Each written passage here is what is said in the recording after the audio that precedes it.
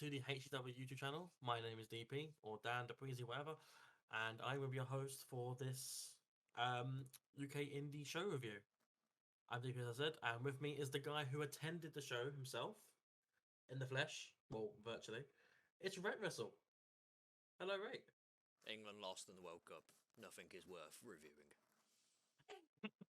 And yet here we are. Yeah, 20 minutes after we lost in the World Cup. So it's very fresh in your mind, so remember that when you cover these matches, remember that. Life is fun. How are you, DP, the man that doesn't watch football?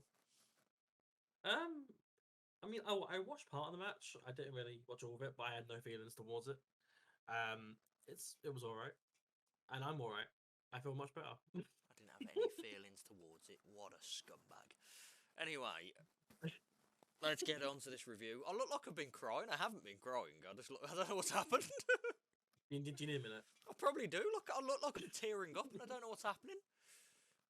Well, this is depressing, isn't it? Yeah, let's go. We can breathe if you need it. Yeah, I don't know what's happening. Look, I'm not actually crying up or anything. I don't know if it's tiredness or something, and you just didn't camera really always are getting there, but you know. It's just drowning your sorrows now. Yeah, that's pretty much it. Okay, well, this show was Kamikaze Pro Live's Frost Fight 8. In a venue called The Mill in Digbeth. Mill! Of course. So without any further ado, is there anything to go over first before I get into the card, or? No. I didn't hear you. No. Are you muted? No! Okay. Good God. There was no sound coming out. No. Fantastic. Okay, so we kick things off with a pre-show match, I believe, between Samuel Hughes and Hassan Ali. Yes. So Samuel Hughes of HCW interview fame. Check it out. Versus Hassan Ali, the man that keeps asking me to rate his matches higher. I'm being threatened at this point.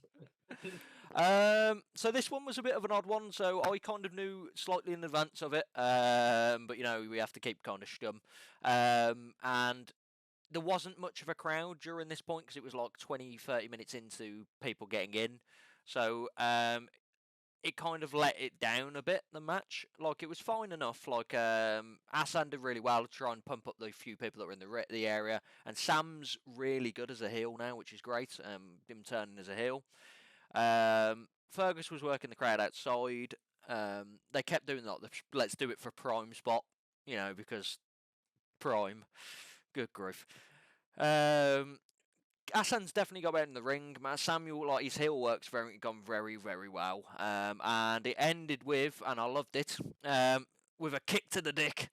Once again, Samuel Hughes has kicked Hassan Ali in the dick, and then he rolled him up to pick up the win, and then he blew a kiss to the crowd and left. Fair enough.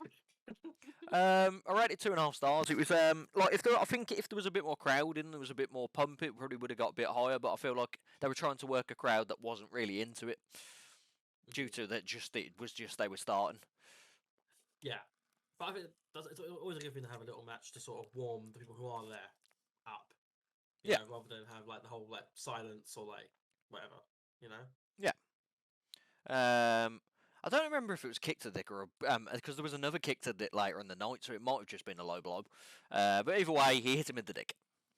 Fair enough. We want a bit of dickness. Yeah, I was a fan.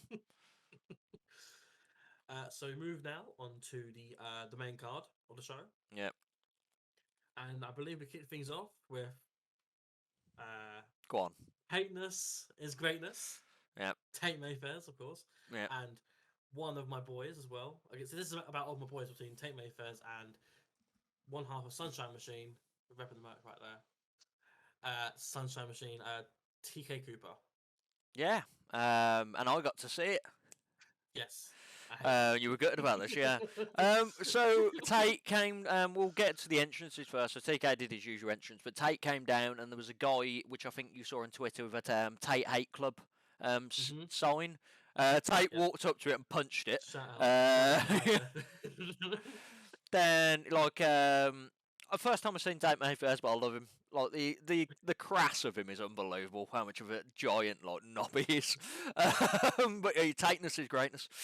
So yeah, this was a very good opening match. TK was getting his arm worked on for a lot of the match. So Tate was trying to work over that.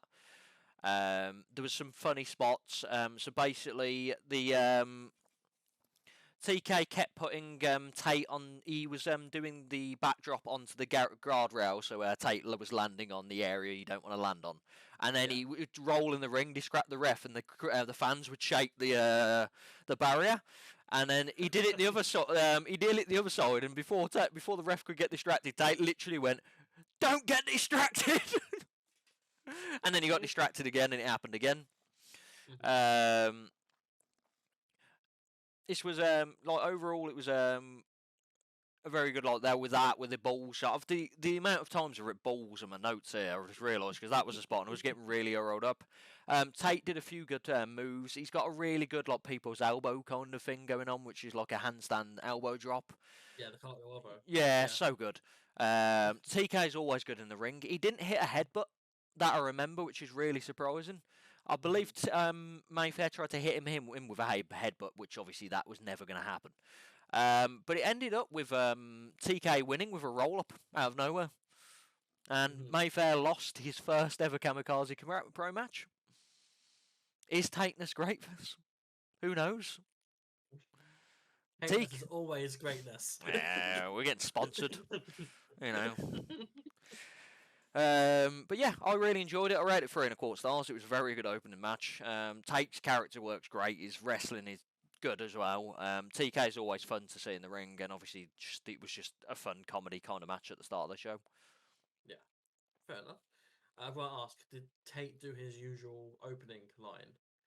Greatest, If you Google, the world's greatest professionals that ever walked planet Earth, you'll see a picture of him. He didn't say Google, but he did say, "Yeah, I'm the greatest professional wrestler on earth." Basically, yeah. Right. But yeah, if you genuinely Google it, though, as me and DP found out because we thought it was a lie and we clicked and it was there, and it's like, okay, I believe now. I can't deny this.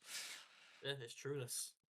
Genuinely on Google, type the greatest wrestlers ever walked planet Earth, I think is the outline or something like that. The greatest professional wrestler to ever walk planet Earth. Yeah, and then you get a picture, you get a clip of Tate Mayfair, which is basically him saying that he's the greatest. So he's kind of conned everyone into it, but it still happened.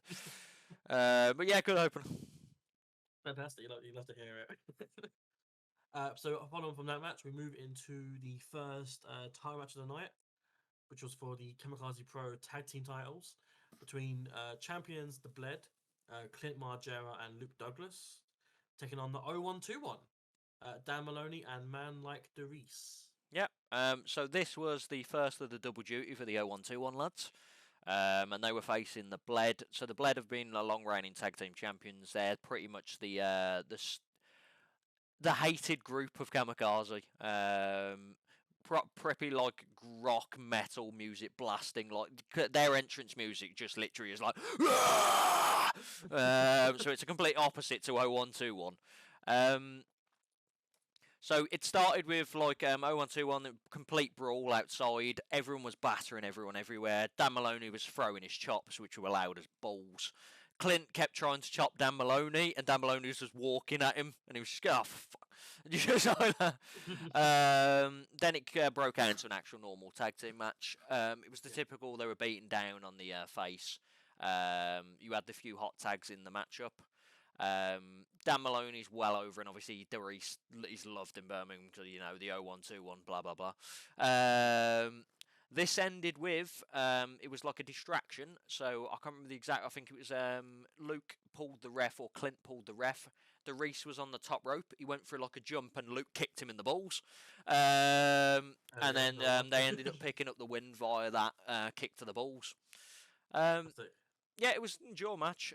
Like this is now on demand. They've just released it to that way. It's not so go check out the full matches. I'll kind of just give you a glimpse of what I enjoyed, but check out the full matches, people.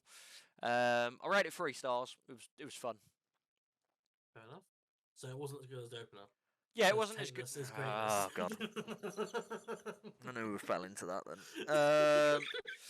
No, yeah, it wasn't like it was only a quarter star off, but yeah, it was because it was more about a brawling, and I think it was obviously the two guys had another match later in the night, so it wasn't gonna be like a full out like it. I can if this was just them, they would have like a spectacular match, but because you can't really have them running around doing flips and crap for the whole if they're gonna be fighting later in the night. Yeah, precisely. Yeah, that's fair enough. Yeah. So after that, we move on to a singles match, which sounds very good on paper because I wasn't there, I didn't see it, but between Robbie X and George Lydon. I will throw that out there. That cage match is wrong. It was Lucia Lee versus Chantal Jordan that was up next. I forgot to even remember that because I reviewed and I did my ratings on the thingy show, and I forgot they didn't put that correctly. So yeah.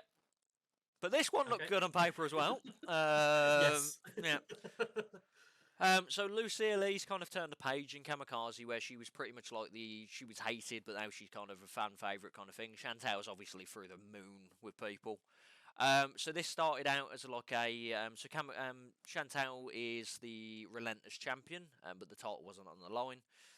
This started out as like a respect kind of thing, and they were trying to out wrestle each other. Then they started to get annoyed via it, what was happening.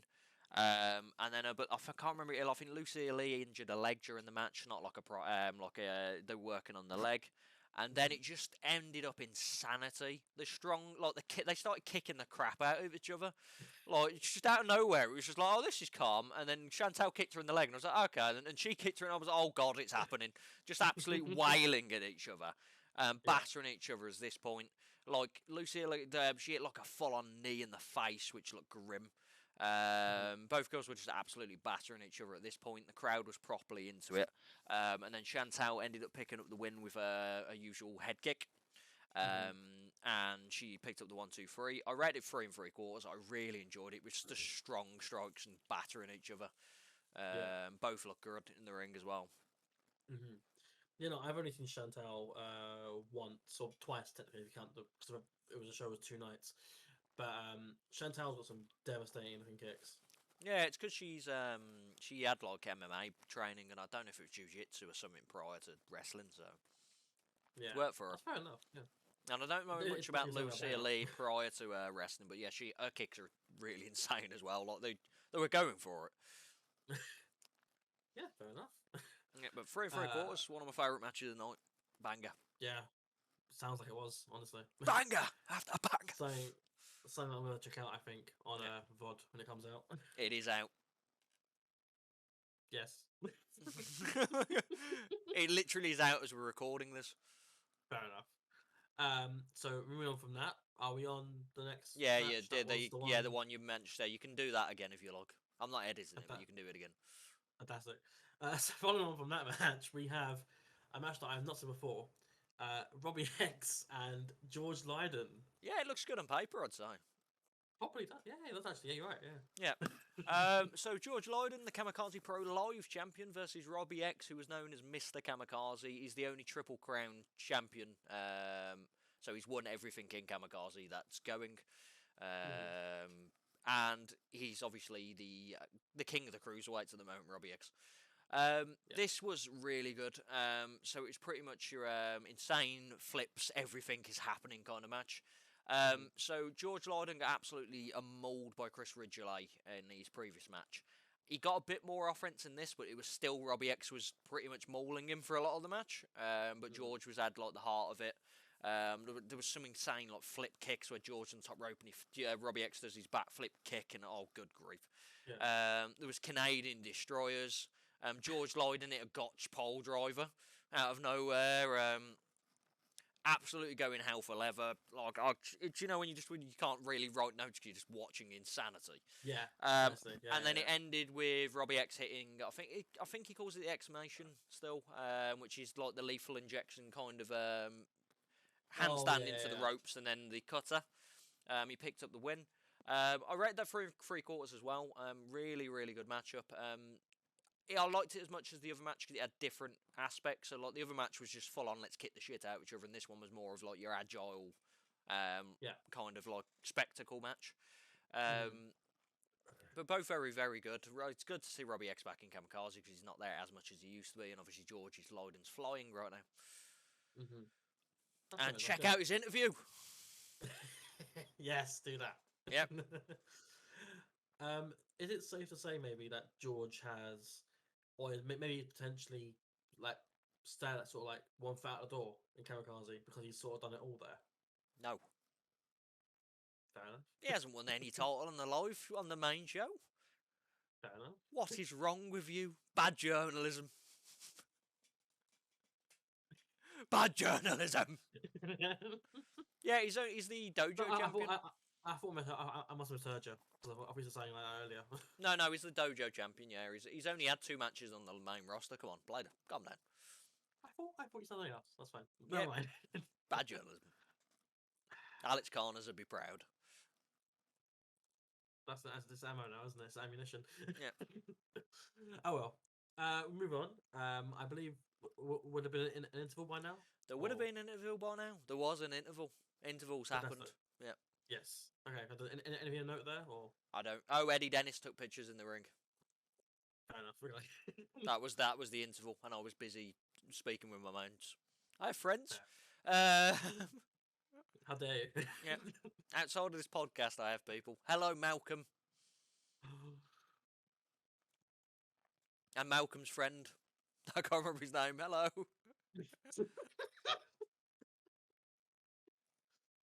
So moving swiftly on then from that, we go into the position of the second half, which was between, according to Cage Match here, Chris Ridgway and MJ Grayson. You're goddamn right it was, yeah. So yeah, this was like, as I said with previously when we were discussing George Lydon. I nearly said George Grayson then. Sounded like a real serial killer. So George Lydon, he had a breakout match, and this was pretty much like MJ's breakout match. I think this is his debut on the main roster. He's been on reviewing the show. Check that video out. This is just going to be a plug broadcast now. But yeah, it was more of a different pace because in the George Lydon match, he got absolutely murdered for most of the match, whereas MJ actually kept his own for a lot of the match. It was more of a strike battle because George is not like a striker. They were both working the arms. Chris Ridgway he kept doing the signature kind of stinger poses where they're lying, do you know when they're lying in the corner and then they grab both, he gets in between the ropes, put 2 feet on their neck and then tries to get someone to take a picture. Oh, yeah. He did that every corner. It was more open than I expected. I said MJ got a lot of in there. There was some strong strikes from both guys. Submission work was great from both of them. And then Ridgway ended up picking up the win with, I think it was supposed to be a brainbuster, but it was more flat back. But he ended up picking the win. I rated 3 1/4 stars. It was decent. Well, good match, 3 1/4 stars. I was speaking to MJ afterwards, and it was just I think it was just when you're in the middle of the match, it kind of is there. But MJ's going to be doing great on the main roster. I have high hopes. And Chris Ridgway is going to be doing good on the main roster. I have high hopes for him. That young dog.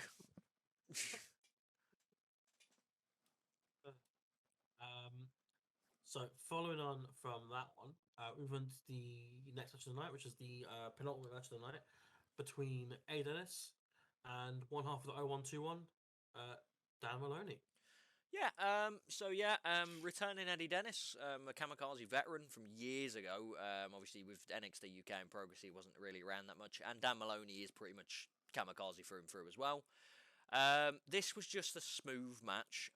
You can tell these guys have been wrestling for years, and you know they've been in front of like WWE crowds and stuff, so they know how to properly work. Literally, my main notice here is decent graps. They were working the crowd. There was a good spots between them both. Eddie was probably pumped just to be back in a ring, I think, going fully. And both guys were trying to hit their finishes at some points, but then Eddie ended up picking up the win with the next stop driver. Out of nowhere, by the way, it suddenly happened. I was like, okay. I rated the match 3 stars. Like I don't know if it's because both of them, and I expected a lot more. Because I was just excited to see Eddie Dennis again. But then again, Dan Maloney had just wrestled a match as well. But 3 stars is nothing to kind of moan about. No, like, not at all. yeah, like this is probably the lowest rated match on the card, and it was also 3 stars. So can't moan. Great show. And not to mention it was also as you said, Dan's second match of the night as well. So yeah. So it's just not. It wasn't like I wasn't expecting him to motor around. Like there was both strong strokes and stuff like that. I just expected more for some reason in my mind. When you just build something up and it was like, that was real. Yeah. It was still good. It was just, yeah. Yes. DP.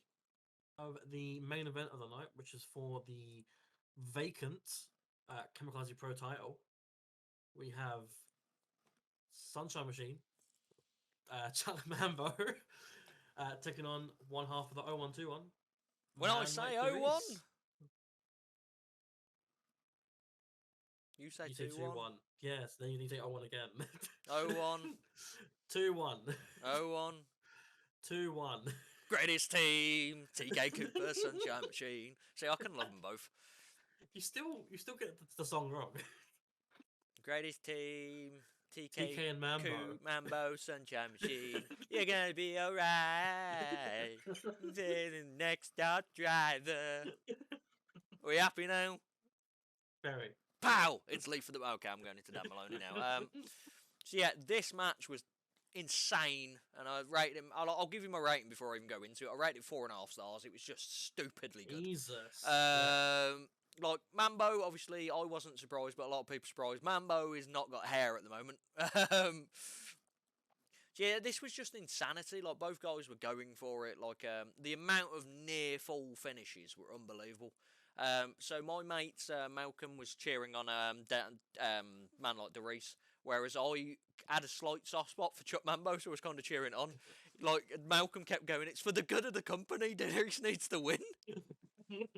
But yeah, there was like kickouts, Canadian destroyers. The amount of nip ups were insane. Mambo, I thought he picked it with a win with like a meteor. He hit a meteor and he went absolutely flying into the pin. There was 450 splashes. Like like the insanity of this match. Like the crowd obviously was fully behind it because there were two face like obviously Man like DeReese is like the hometown boy, but everyone loves Mambo as well. TK and Dan Maloney were outside, but they didn't get involved at all, which was good as well. But yeah, in the end, man like DeReese did pick up the win, and he is now the new Kamikaze Pro Live champion. But there was no hard feelings with Mambo, and TK was applauding and stuff like that. But it was nice for a man like DeReese, like he's come from the dojo all the way to being he's the first ever champion, like heavyweight, sorry, Kamikaze Pro champion. That's from the dojo. So like Chantal obviously is from the dojo, but she's only running like the other two titles. And then Luke's the tag team champion. So dojo is weaved in it, but this is the first ever like main roster top championship. But 4.5 stars, banger. Watch it on demand now. Pause this video, come back. Alright, I'll do that now. Banger! After banger! After banger! So good. Yeah. So it definitely sounds great. It sounds great, honestly. Oh, it was an incredible match. Like, as I said, I'm not very good with like going into depth and reviews. I just say what I like. Watch it if you want to watch it. But yeah, it's just insanity. The near falls and like, and there's so many times I thought Mambo won it.